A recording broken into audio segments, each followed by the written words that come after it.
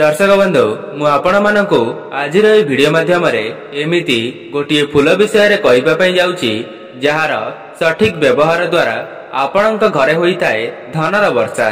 सेति पई आपण माने एही फूलटी को सठिक भाव में व्यवहार करंतु एवं ईश्वरक पाखरे एहाको किपरि अर्पण करिवार अछि से विषय रे मध्य मु आपण मानकु भिडियो आगरे बताइबा पई जाउची। सेथिपई आपण माने भिडियोटी को शेष पर्यंत अवश्य देखंतु जहा द्वारा आपण जानि परिबे जे एहार किपरि व्यवहार करिबा द्वारा आपणक घर को धनर आकर्षण होइथाए। एहा पूर्वरु आपण मानक अनुरोध भिडियोटी को लाइक करी कमेंट बॉक्स रे जय मां लक्ष्मी अवश्य लिखि दियंतु। दर्शक बंधु एही फूलटीर ना हेउची अपराजिता जहाको आपण माने बहुत लोकंक बाड़ी बगीचा रे देखिबाको पाउथिबे। दर्शक बंधु ए अपराजिता फूलर नाम जेमिति काम भी सेमिति होइथाए अर्थात जहार केबे भी पराजय होई न थाए। एहा एमिति एक फूल अटे जाकी ईश्वरंक पाखरे चढ़ाइबा पूर्वरु एहार विधि विधान रही थाए। जेउ मानक घरे अर्थर अभाव लागि रहिछि किंबा सेमाने बहुत बड़ करजरे बुड़ी जाइछंती जदि सेमाने मध्य एही उपायटी को पालन करिवे एक मास मध्य ही समस्त करजरु मुक्ति पाई जिवे। ता सहित घरर मध्य उन्नति होइथाए एवं आपणक घर धन धान्य रे परिपूर्ण होइथाए। दर्शक बंधु जदि आपणक घरे धन जनित समस्या अछि एवं आपण माने करजरे बुड़ी जाइछंती तेबे एही भिडियोटी विशेष करी आपण मानक पई। दर्शक बंधु अपराजितार अर्थ हेउची जाहाकी केबे भी हारि न थाए किंबा जहार केबे भी पराजय होई न थाए। ता सहित एहार आउ गोटिए नाम हेउची नीलकंठ जहाकी महादेवंकर अन्यतम नाम अटे। एही अपराजिता फूलटी मां दुर्गांकर मध्य अन्यतम नाम अटे। एही अपराजिता फूलटी शिव एवं शक्तिंकर रूप होइथाए सेथिपई यह अत्यंत शुभ एवं चमत्कारी होइथाए। एही फूलटी प्रायतः सबु जगार देखिबा पई मिलिथाए। अपराजिता फूलर सठिक व्यवहार करिबा द्वारा मनुष्यर जीवनरो धन जनित समस्या सबुदिन पई दूर हेबा सहित धन एवं ऐश्वर्यर मध्य अधिकारी होइथांती। तेबे एही अपराजिता फूलर प्रयोग किपरि करा जाइथाए एवं एहाको करिबा द्वारा केउ सब फायदा मिलिथाए ता आपण माननकु बताइबा पई जाउची। तेबे आसंतु जानिबा जदि आपणकर भी कोनोसी धन जनित समस्या अछि ता संपूर्ण भाव में दूर हेबा सहित आपणक गृह रे धन आसीबार समस्त मार्ग खोली जाइथाए।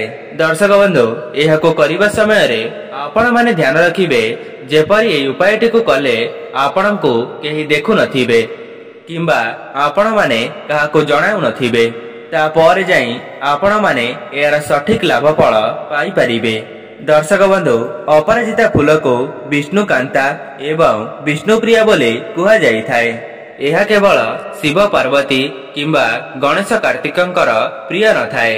हनुमान एवं शनिदेवंक सहित लक्ष्मी नारायणकर मध्य प्रिय होइथाए।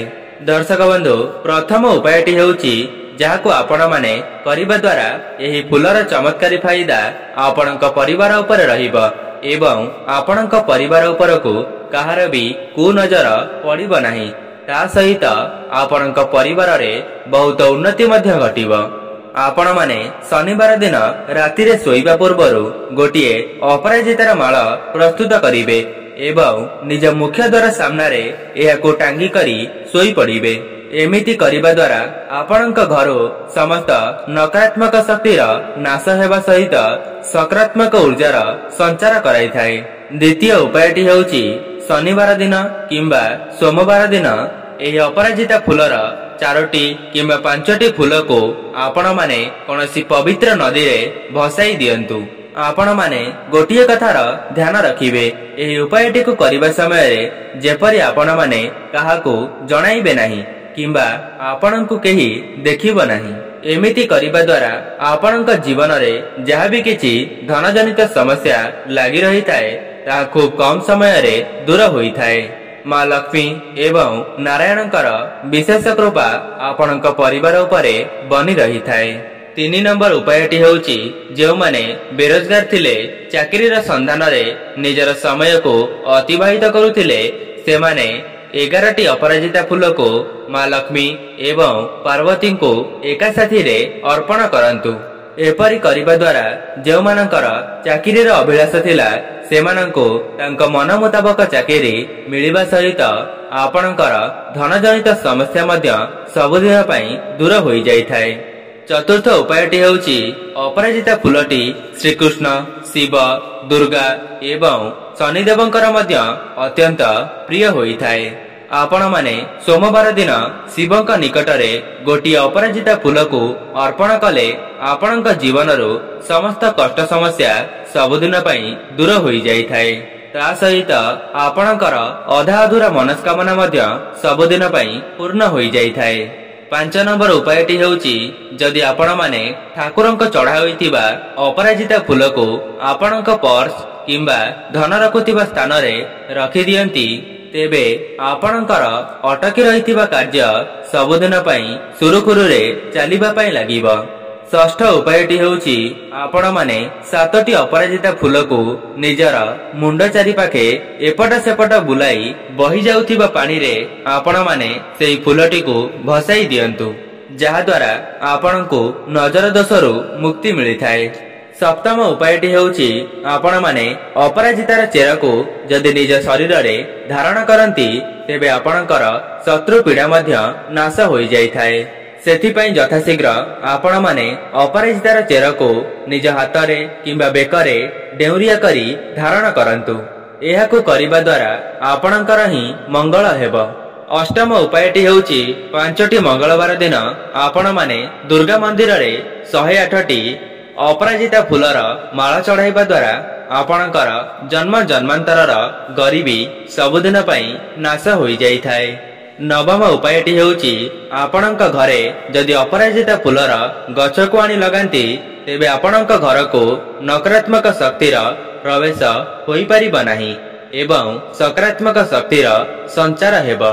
घर भितरे धनर आगमन हेबा सहित धनर व्यय मध्य कमी जाई थाए एवं धन संपत्ति सुख ऐश्वर्यर भरपूर मात्रा रे वृद्धि होई थाए। दशम उपायटी हेउची आपणक पूजा घरे जेउ भी ईश्वर अछंती जदि सेमानंकु अपराजिता फूलटी अर्पण करा जाए तेबे आपणक घरु धन जनित समस्या सबुदिन पई नाश हेबा सहित आपण माने करजरु मध्य मुक्ति पाई परिबे। एवं दर्शक बंधु गोटिए कथार ध्यान रखिबे जेतेबेले आपण माने ठाकुरंकर पूजा करूचंती सेही समय रे आपणकर जहा भी मनस्कामना रहिछि ताको मने मने स्मरण करी ईश्वरंकर पूजा करंतु। देखिबे खूब कम समय मध्य रे ही ईश्वर आपणकर समस्त मनस्कामना पूर्ण करी देबे। तेबे दर्शक बंधु जदि आपण मानंकु वीडियोटी भल लागि थाए वीडियो को लाइक करी कमेंट बॉक्स रे जय मां लक्ष्मी अवश्य लिखि दियंतु। आज पई रहुछि नमस्कार।